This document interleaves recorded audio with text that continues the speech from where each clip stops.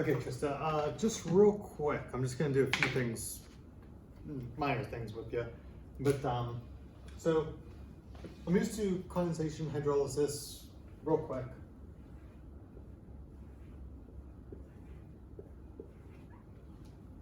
So, if I were to completely break this apart into monomers, we'd have 1, 2, 3, 4. Obviously, this would be hydrolysis. We are going to need water in our reactants. So how many bonds are we breaking here? It'd be 1, 2, 3 bonds. So we would need 3 water molecules on our reactants, okay? So that's that one. Let me just show you something a little different here, but almost the same thing. 1, 2, 3, 4, 5. Let's say I break some of it down, not the whole thing.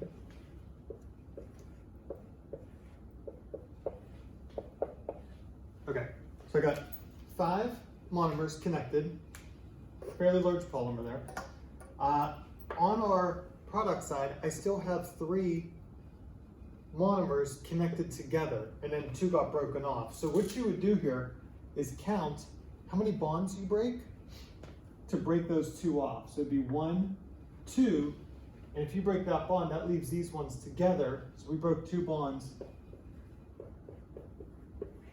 We would need 2 water molecules over there, okay? Next thing, if I were to pretend, oops, nope, I didn't want to do that. Pretend these are glucose. And I'm going to connect the 2 glucoses together. So this would be C6H12O6, and this would be the same. Okay, so they're both C6H12O6. So I made 1 bond here, which is that guy. So since this is dehydration, I would have 1 water molecule on this side. My question is, what would be our chemical formula of this guy? So if these are 2 glucoses, glucose plus glucose equals maltose. But what would be this guy here? Yeah, it looks like a mustache, sorry. We're still going to have C, we're still going to have H, we're still going to have O. You would think it would be C12, H24, O12. That makes sense, right? Because we have C6H12O6, we're just putting those 2 together, but it's not. The reason being is we're not creating atoms here, and we're not getting them from a random place. We're getting them from combining these together, and that's where the water comes from. So we have to subtract H2O from it. So in reality, it's C12, H22, O11. That's what that guy is there, okay? That's your final answer. If we want to do something a little bit more difficult,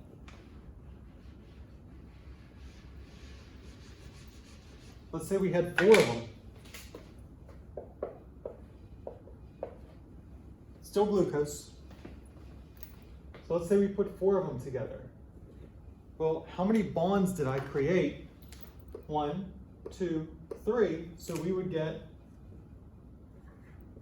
3 waters out of it. If we get 3 waters out of it, let's determine what this guy would be. Well, I have 1, 2, 3, 4.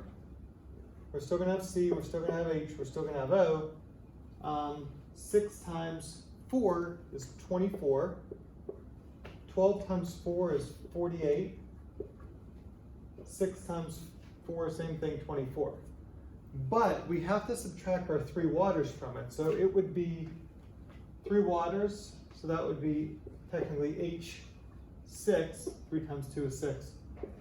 O would be 3. We would have C24, H42, O21. And that would be our answer there. Okay? Ta-da, right? last thing I wanted to go over with you, DNA. We got double-stranded DNA. Let's say we have, well, we know it's going to be always A to T and G to C. Okay.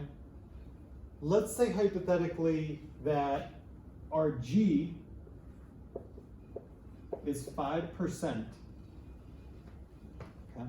5% of our whole DNA is G. What is the other percents going to be? So if G is 5%, that makes our C also be 5%. Because we have the same amount of G's and C's. So what's going to be the A and what's going to be the T? Well, we have to take this away from 100%. So these two would add up to 10%. 100 minus 10%, we have 90% left. These are both not going to be 90. We have to divide them in half. So we would have 45% A and 45% T. So you want all four of these to add up to 100 when we're just dealing with DNA. Okay? Hopefully this helped a little bit. I just wanted to go over those few things with you quickly before you took your quiz. Have a good one, Tristan.